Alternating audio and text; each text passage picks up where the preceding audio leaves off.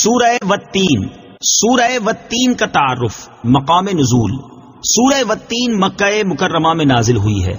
آیات، کلمات اور حروف کی تعداد: اس سورت میں 1 رکوع، 8 آیتیں، 34 کلمے اور 105 حروف ہیں۔ والتین نام رکھنے کی وجہ، انجیر کو عربی میں التین کہتے ہیں، اور اس سورت کی پہلی آیت میں اللہ تعالیٰ نے انجیر کی قسم ارشاد فرمائی ہے۔ اس مناسبت سے اسے سورہ والتین کہتے ہیں۔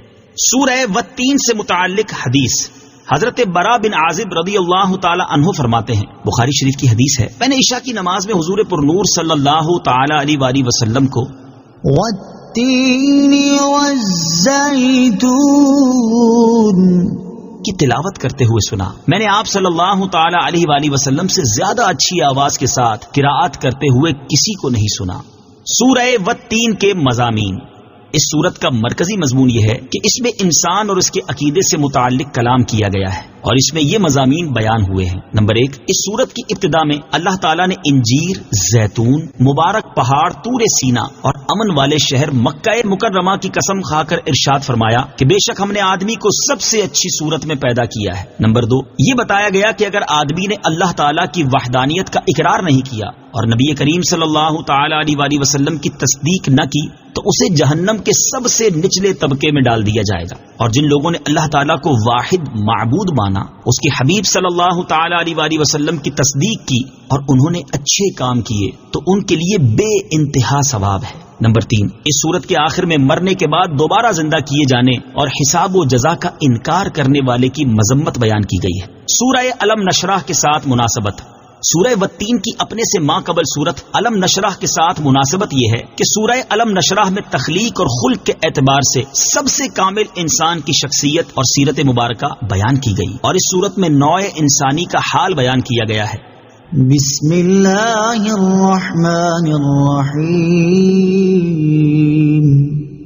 ترجمہ: اللہ کے نام سے شروع جو نہایت مہربان رحمت والا ہے۔ والتین والزیتون وطور سینین وهذا البلد الامین۔ ترجمہ: انجیر کی قسم اور زیتون کی قسم اور طور سینا اور اس امن والے شہر کی۔ والتین والزیتون، انجیر کی قسم اور زیتون کی قسم۔ تفسیر صراط الجنان میں ہے، اس آیت میں اللہ تعالیٰ نے انجیر اور زیتون کی قسم ارشاد فرمائی کیونکہ ان چیزوں میں ایسے فوائد اور منافع موجود ہیں جو ان کے خالق رب تعالیٰ کی قدرت پر دلالت کرتے ہیں۔ جیسے انجیر انتہائی عمدہ میوہ ہے جس میں فضلہ نہیں، اور یہ بہت جلد ہضم ہونے والا، زیادہ نفع والا، قبض دور کر دینے والا، مثانے میں موجود ریت اور پتھری نکال دینے والا، جگر اور تلی میں پھنسی گندے مواد کی گانٹھ کو کھول دینے والا، بدن کو فربا کرنے والا اور بلغم کو چھانٹنے والا ہے۔ جبکہ زیتون ایک مبارک درخت ہے، اس کا تیل روشنی کے کام لایا جاتا ہے، سالن کی طرح کھایا بھی جاتا ہے، اور یہ بس دنیا کے کسی تیل میں نہیں، اس کا درخت خشک پہاڑوں میں پیدا ہوتا ہے جن میں چکنائی کا نام و نشان نہیں، بغیر خدمت کے پرورش پاتا ہے اور ہزاروں برس باقی رہتا ہے۔ انجیر اور زیتون کے بارے میں احادیث۔ انجیر کے بارے میں حضرت ابو ذر رضی اللہ تعالیٰ عنہ سے روایت ہے، نبی اکرم صلی اللہ تعالی علیہ وآلہ وسلم نے ارشاد فرمایا، انجیر کھاؤ، اگر میں کہوں کہ یہ وہ پھل ہے جو کہ جنت سے نازل ہوا ہے تو کہہ سکتا ہوں، کیونکہ جنت کے پھل میں گٹھلی نہیں ہوتی، تو اسے کھاؤ کیونکہ یہ بواسیر کو ختم کرتا اور گٹھیاں کے درد میں فائدہ پہنچاتا ہے۔ اور زیتون کے بارے میں ایک اور مقام پر اللہ تعالیٰ نے ارشاد فرمایا، وَشَجَرَةً تَخْرُجُ مِن طُورِ سَيْنَاءَ تَنبُتُ بِالدُّهْنِ وَصِبْغٍ لِلْآكِلِينَ۔ ترجمہ: اور ہم نے درخت پیدا کیا جو طور سینا پہاڑ سے نکلتا ہے، تیل اور کھانے والوں کے لیے سالن لے کر اگتا ہے۔ اور حضرت معاذ بن جبل رضی اللہ تعالی عنہ سے روایت ہے، حضور انور صلی اللہ تعالی علیہ وآلہ وسلم نے ارشاد فرمایا، برکت والے درخت زیتون کی مسواک بہت اچھی ہے کیونکہ یہ منہ کو خوشبودار کرتی اور اس کی بدبو زائل کرتی ہے۔ یہ میری اور مجھ سے پہلے انبیاء کرام علیہ الصلوۃ والسلام کی مسواک ہے۔ وَطُورِ سِینِین، اور طور سینا۔ تفسیر صراط الجنان میں ہے، طور وہ پہاڑ ہے جس پر اللہ تعالیٰ نے حضرت موسیٰ علیہ الصلوۃ والسلام کو اپنے ساتھ کلام کرنے سے مشرف فرمایا. اور سینا اس جگہ کا نام ہے جہاں یہ پہاڑ واقع ہے، اور اس جگہ کو سینا اس کے خوش منظر ہونے یا مبارک ہونے کی وجہ سے کہتے ہیں. بعض مفسرین کے نزدیک طور سینا سے مراد خوش منظر یا مبارک پہاڑ ہے، اور بعض مفسرین کے نزدیک ہر اس پہاڑ کو طور سینا کہتے ہیں جہاں کثرت سے پھل دار درخت ہوں. اس سے معلوم ہوا کہ جس جگہ اور مقام کو اللہ تعالیٰ کے مقبول بندوں کے ساتھ نسبت حاصل ہو جائے وہ جگہ بھی اللہ تعالیٰ کی بارگاہ میں عظمت والی ہو جاتی ہے. وَهَذَا الْبَلَدِ الْأَمِينِ، اور اس امن والے شہر کی. تفسیر صراط الجنان میں ہے یعنی اور اس امن والے شہر مکہ مکرمہ کی قسم. امام عبداللہ بن احمد نصفی رحمت اللہ تعالی علیہ فرماتے ہیں انجیر، زیتون، طور سینا اور مکہ مکرمہ کی قسم ذکر فرمانے سے ان بابرکت مقامات کی عظمت و شرافت ظاہر ہوئی، اور انبیاء علیہ الصلوۃ والسلام اور اولیاء رحمت اللہ تعالی علیہم کے ان مقامات پر رہنے کی وجہ سے ظاہر ہونے والی خیر و برکت واضح ہوئی. چنانچہ جس جگہ انجیر اور زیتون اگتا ہے وہ حضرت ابراہیم علیہ الصلوۃ والسلام کی ہجرت گاہ ہے، اور حضرت عیسیٰ علیہ الصلوۃ والسلام کی ولادت اور پرورش بھی اسی جگہ ہوئی. طور وہ جگہ ہے جہاں حضرت موسیٰ علیہ الصلوۃ والسلام کو ندا دی گئی، اور مکہ مکرمہ میں تاجدار رسالت صلی اللہ تعالی علیہ وآلہ وسلم کی ولادت ہوئی. اسی شہر میں آپ صلی اللہ تعالی علیہ وآلہ وسلم نے اپنی نبوت و رسالت کا اعلان فرمایا، اور اسی شہر میں خانہ کعبہ ہے جس کی طرف منہ کر کے پوری دنیا کے مسلمان نماز پڑھتے ہیں. لَقَدْ خَلَقْنَا الْإِنسَانَ فِي أَحْسَنِ تَقْوِيمٍ. ترجمہ: بے شک ہم نے آدمی کو سب سے اچھی صورت میں پیدا کیا. لَقَدْ خَلَقْنَا الْإِنسَانَ فِي أَحْسَنِ تَقْوِيمٍ. بے شک ہم نے آدمی کو سب سے اچھی صورت میں پیدا کیا. تفسیر صراط الجنان میں ہے اللہ تعالیٰ نے انجیر، زیتون، طور سینا اور شہر مکہ کی قسم ذکر کر کے ارشاد فرمایا کہ بے شک ہم نے آدمی کو سب سے اچھی شکل و صورت میں پیدا کیا. اس کے اعضاء میں مناسبت رکھی، اسے جانوروں کی طرح جھکا ہوا نہیں بلکہ سیدھی قامت والا بنایا. اسے جانوروں کی طرح منہ سے پکڑ کر نہیں بلکہ اپنے ہاتھ سے پکڑ کر کھانے والا بنایا، اور اسے علم، فہم، عقل، تمیز اور باتیں کرنے کی صلاحیت سے مزین کیا. اللہ تعالیٰ کی معرفت حاصل کرنے کا ذریعہ. اگر انسان اللہ تعالیٰ کی دیگر مخلوقات کو سامنے رکھتے ہوئے اپنی تخلیق میں غور کرے تو اس پر روز روشن کی طرح واضح ہو جائے گا کہ اللہ تعالیٰ نے اسے حسن صوری اور حسن معنوی کی کیسی کیسی عظیم نعمتیں عطا کی ہیں، اور اس چیز میں جتنا زیادہ غور کیا جائے اتنا ہی زیادہ اللہ تعالیٰ کی عظمت اور قدرت کی معرفت حاصل ہوتی جائے گی، اور اس عظیم نعمت کو بہت اچھی طرح سمجھ جائے گا. ثم رددناه أسفل سافلين. ترجمہ: پھر اسے ہر نیچی سے نیچی حالت کی طرف پھیر دیا. ثم رددناه أسفل سافلين. پھر اسے ہر نیچی سے نیچی حالت کی طرف پھیر دیا. تفسیر صراط الجنان میں ہے اس کا ایک معنی یہ ہے کہ انسان کو سب سے اچھی صورت پر پیدا کرنے کے بعد اسے بڑھاپے کی طرف پھیر دیا، اور اس وقت بدن کمزور، اعضاء ناکارہ، عقل ناقص، پشت خم اور بال سفید ہو جاتے ہیں، جلد میں جھریاں پڑ جاتی ہیں اور وہ اپنی ضروریات انجام دینے میں مجبور ہو جاتا ہے. دوسرا معنی یہ ہے کہ جب اس نے اچھی شکل و صورت کی شکر گزاری نہ کی، اللہ تعالیٰ کی نافرمانی پر جمع رہا اور ایمان نہ لایا، تو اس کا انجام یہ ہوا کہ ہم نے جہنم کے سب سے نچلے درکات کو اس کا ٹھکانہ کر دیا. آیت: ثم رددناه أسفل سافلين. سے حاصل ہونے والی معلومات.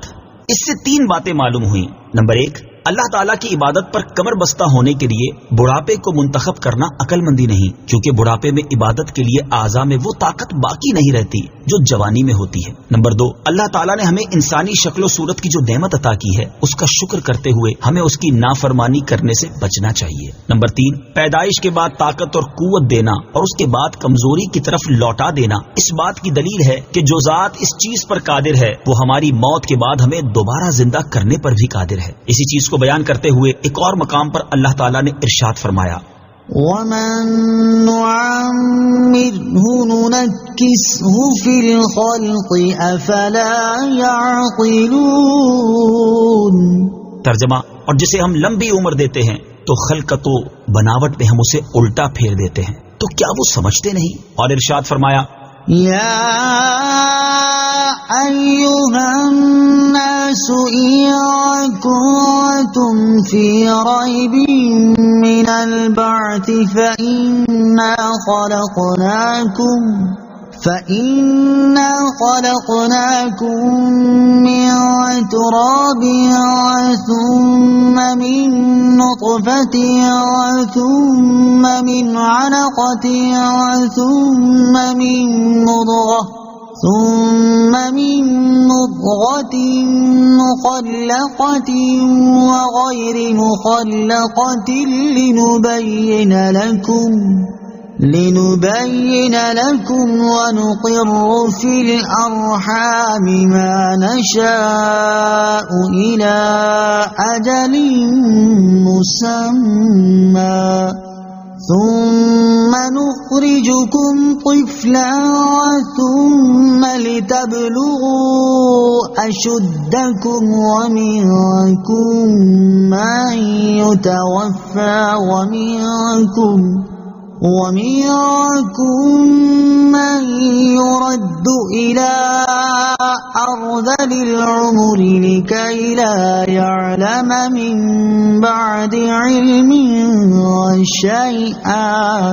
ترجمہ، اے لوگو، اگر تمہیں قیامت کے دن اٹھنے کے بارے میں کچھ شک ہو تو اس بات پر غور کر لو کہ ہم نے تمہیں مٹی سے پیدا کیا، پھر پانی کی ایک بوند سے، پھر جمے ہوئے خون سے، پھر گوشت کی بوٹی سے جس کی شکل بن چکی ہوتی ہے اور ادھوری بھی ہوتی ہے، تاکہ ہم تمہارے لیے اپنی قدرت کو ظاہر فرمائیں، اور ہم ماؤں کے پیٹ میں جسے چاہتے ہیں اسے ایک مقرر مدت تک ٹھہرائے رکھتے ہیں، پھر تمہیں بچے کی صورت میں نکالتے ہیں، پھر عمر دیتے ہیں تاکہ تم اپنی جوانی کو پہنچو، اور تم میں کوئی پہلے ہی مر جاتا ہے اور کوئی سب سے نکمی عمر کی طرف لوٹایا جاتا ہے، تاکہ بالآخر جاننے کے بعد کچھ نہ جانے۔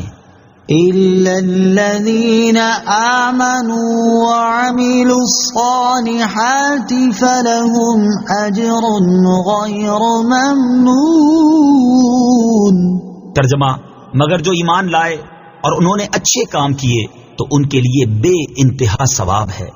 إِلَّا الَّذِينَ آمَنُوا، مگر جو ایمان لائے، تفسیر صراط الجنان میں ہے، یعنی جو لوگ ایمان لائے اور انہوں نے اچھے کام کیے تو ان کے لیے بے انتہا ثواب ہے، اگرچہ بڑھاپے کی کمزوری کے باعث وہ جوانی کی طرح کثیر عبادات بجا نہ لا سکے اور ان کے عمل کم ہو جائیں، لیکن اللہ تعالیٰ کے کرم سے انہیں وہی اجر ملے گا جو جوانی اور قوت کے زمانے میں عمل کرنے سے ملتا تھا، اور ان کے اتنے ہی عمل لکھے جائیں گے جتنے جوانی میں لکھے جاتے تھے، اور جہنم کے سب سے نچلے درکات ان کا ٹھکانہ نہ ہوگا۔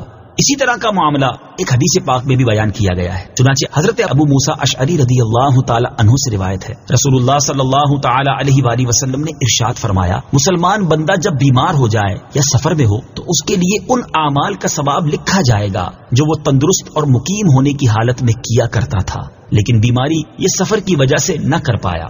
آیت إِلَّا الَّذِينَ آمَنُوا سے حاصل ہونے والی معلومات۔